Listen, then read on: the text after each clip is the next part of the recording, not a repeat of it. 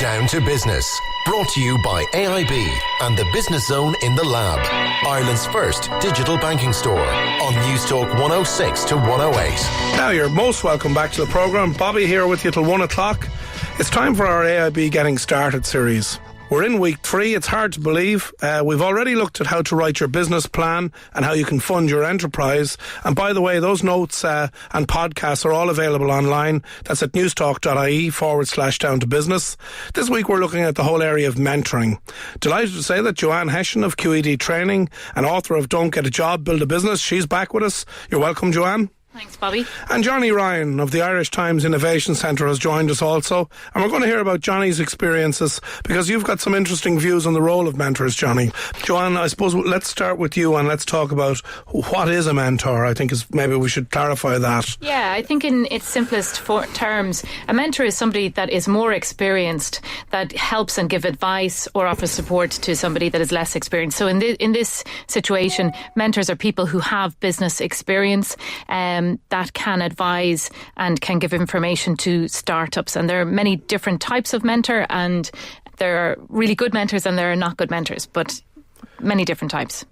So if I'm a small business and I'm starting up and I'm on my own, it's that lonely place and I'm doing everything myself, for me, the advantage of a mentor, and I never had one myself in the early days of business, and I often regretted it because, for the couple of things I want to say about mentors. The first thing is you'd be amazed at how many people like to be associated with success, and that you can often get a mentor to be a sounding board, to be a really good sort of overviewer of your business. They're not involved in the day-to-day business, but that they are happy to give up their time because they know what it's like. Yeah, I think what you're saying is absolutely right. For startups, it can be a really lonely road, and also you can get your head completely stuck in your startup, thinking about it all the time and not able to pull yourself out and away from that startup. So it is important to have mentors or advisors or whatever you want to call them, but you need to have people that are objective that you can use as a sounding board. Now that may be a family member. Or it may be going down one of the more government-funded official routes, such as the local enterprise offices or Enterprise Ireland or one of the other programmes. Let's look at them first. So this is a facility that's actually provided by the city and county enterprise boards.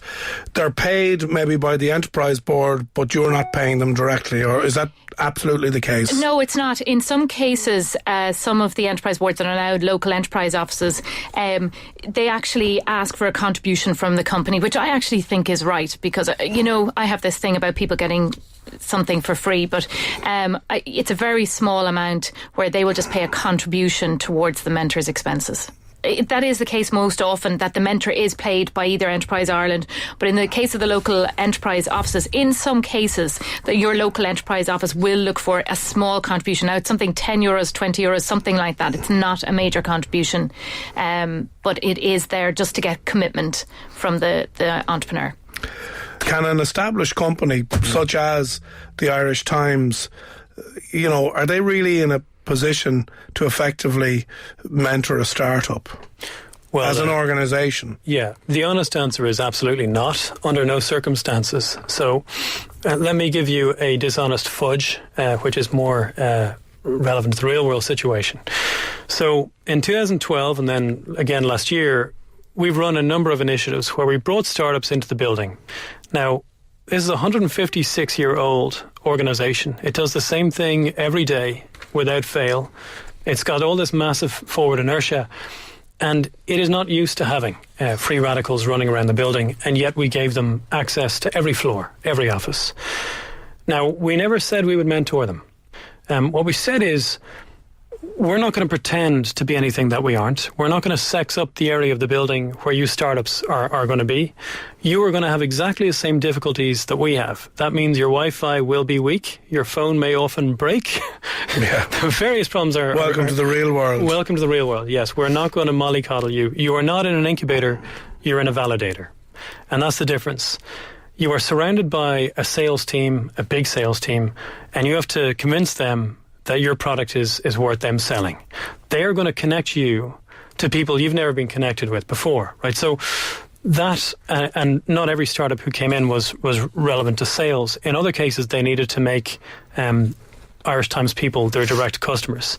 And that high friction approach is not mentoring, it's something else. It's something maybe we invented, it sort of worked, hopefully. But what it relied on was a relationship of honesty, where the paper says, we are not, a sexy startup player. You guys are, but we've been around long enough that we've established trust with the user. We have this situation where the tech startup community is incredibly vibrant and strong in Ireland. But that does not apply to other types of young entrepreneurs, early stage companies. So what the Irish Times is now doing in partnership with AIB, what we're doing is running events around the country, so a few a month, where we bring in the emeriti of the startup world, people who are no longer startups, that's a sign that they're successful, and we have them counsel the early stage startups. Well, I was at that event in Ford Dame Lane a number of weeks ago, and it was an amazing night. And it's great to see so many people turn out for such an event. Let me just go back to the mentor itself, because I want to ask Joanne from QED Training. Joanne, I want to know what makes a good mentor and what makes a bad mentor. We've already established that they're available and out there, some paid, some unpaid. But could I suggest that a good mentor would make a startup feel positive about their business and what they've achieved, and a bad mentor might be somebody who tries to overmanage a startup situation or be more than just a mentor? Yeah, and in some cases I think that a poor mentor is one that just doesn't have the experience to be able to mentor. But if I could focus on what really the benefits a mentor can bring. So one, they can be an excellent sounding board for a startup. Two, they can provide a great source of information. So if, for example, you get an accountant, or if you get somebody that's involved in the legal profession, or you get somebody that's an excellent craft mentor through the Crafts Council, have fantastic mentors. Same with Borbia for a food mentor. You can get mentors in different areas, and they can be of a great source of benefit. The other area that mentors can be of great benefit are they can be a great source of contacts. So there are different things that mentors can bring, and for some startups what they need is they just need a sort of roadmap, and they need guidelines, and some need help getting their business plan done, and there are certain mentors that are very good at that. For other startups, they just need a sounding board. They just need to know they're doing the right thing, they can do it themselves, and the contacts might be the thing that's really good for them. So what I would be encouraging startups to do is to really identify for themselves, what is it that I need from a mentor? Don't say I only need one, because more than one can be really useful, and just use them at different times of that whole startup and growth phase of the business for different things. And are we making an assumption in this scenario that you've just outlined there that this startup doesn't have a board, it doesn't have, a formal sort of hierarchical structure, that it's one man and his dog or whatever it is, a tech startup, so that the business is run very informally, and this might be the only formal part of it, that you're actually going to meet your mentor once a month, you're reporting back on what you said you'd do last month, and he effectively is your board. Yes, and a good mentor will have notes from what happened the last time, and when you go to meet them again, will be reminding you what you said you'd do the last time. I mean, Bobby, we all get to the end of the year with our businesses, and we can all say, we were going to do this, that and the other, but we can make excuses for ourselves because we have no bosses. So you need to put in place a sort of accountability mechanism or some kind of an informal advisory board, and your mentor can help you do that, or mentors can help you do that. Similarly, I'm involved in what we call the board you can't afford, which is a peer mentoring situation where we bring groups of up to 9 or 10 individuals together. In fact, I've just spent 2 days myself with a whole group where every 12 weeks we come together and say, this is what I'm going to do in the next 12 weeks. And this is what I've done in the last 12 weeks. I just want to drill a bit more down into this. So I'm a startup, right? Do I go with 8 or 9 others to this group? Is that what you're suggesting? Yeah, or you form your own group. Right. Find like-minded peers, or find people, like, for example, what we did was I'm in training, I'm in education, that's the area that I'm in, and my background is finance. So I didn't want to be in a group with other educators or necessarily other financial people, but I did want to be in a group with somebody that was from the tech industry, and I wanted to be in a group with someone that was from creative industry. So our group has got all this different mix of people in it, so that and also, I mean, I'm in my 40s now. You need to know what's happening with people in their 20s. Yeah. So, you know, you need to keep the mix of the group good, so you can form your own group. And as long as you've got somebody that is a good facilitator, that can facilitate the group and keep on bringing the group together and keep on moving the group along and keep on changing it as needs to be. That sounds like a really good idea. It's it's priceless. Johnny, priceless. could I ask your view on, do you think a plumber or an electrician or a taxi driver can have a mentor? I wonder why not. Anyone who's been in a taxi recently knows that there's a difference between the good ones and the bad ones, right? Or a plumber or an electrician. Absolutely, although it might take you a few months to find out the answer to that one. So certainly, yeah, I think this applies across the board. When you take a look at the really good mentors, and now I'm thinking of somewhere where it's very developed, where you've got a very clear pathway. So it's the opposite to your example. I'm thinking of, for example, Gary Layden or Brian Caulfield or one of these people who currently work with tech people. Had they been a mentor to a taxi driver, that taxi driver would have been the first to hear that Halo was launching. Yeah. And that taxi driver would have been the first to understand whether that was a good idea or not.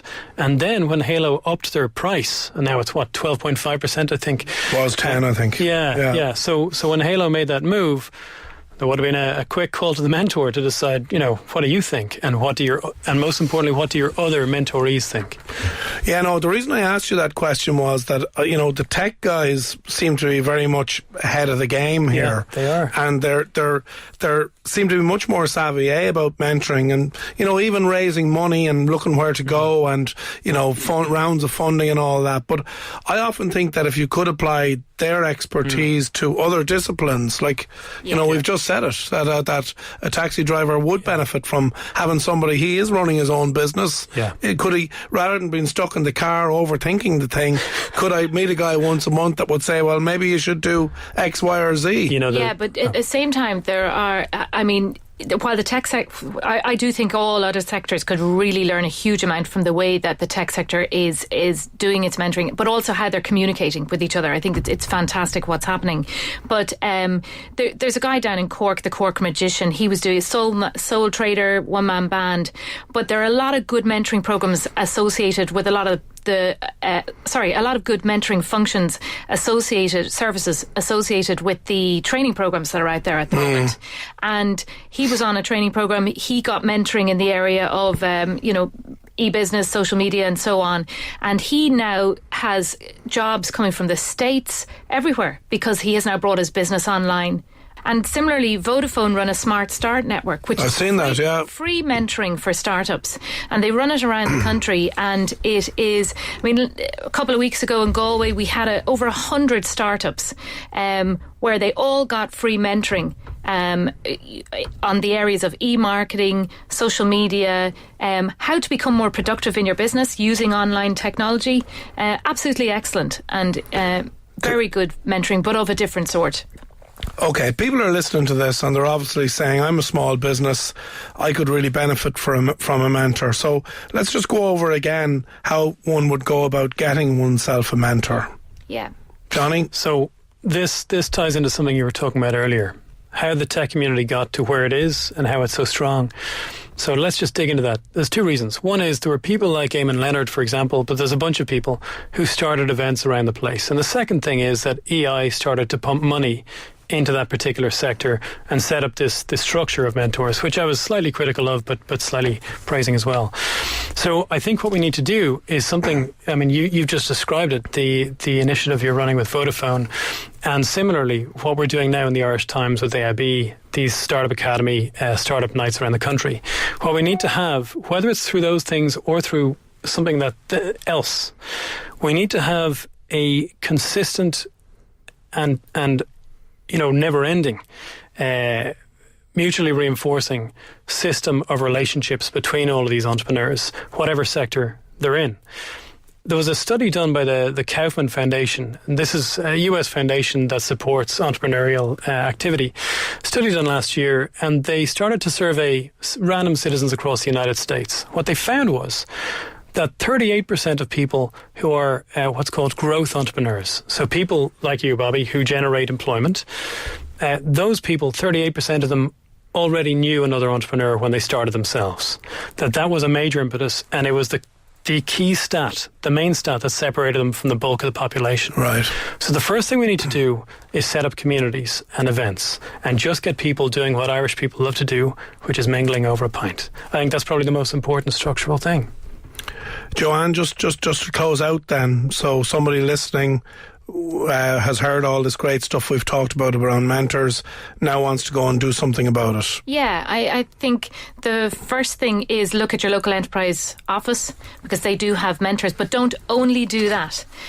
Also look at, in the notes that we have as part of this show, we have listed, I think in week 1, Bobby, we were talking about the different organisations that are out there to help startups, and we have listed all those different organisations. Get onto Google, look at them, see what the Irish Times and AIB are doing, see what Vodafone is doing. There are a huge number of events for startups, and through those you will find mentors. Some of it will be informal, some of it will be formal. Okay, and just a reminder again for listeners that the notes, Joanne's notes and podcasts are also, they're available online at newstalk.ie/down to business, so you'll get all the information that you need there. I'd like to thank my guests, Joanne Hession of QED Training and Johnny Ryan of the Irish Times. Thank you both very much for joining me. Thanks, Bobby. Thank you. Loads more after these. Down to Business. Brought to you by AIB and the Business Zone in the Lab. Ireland's first digital banking store on Newstalk 106 to 108.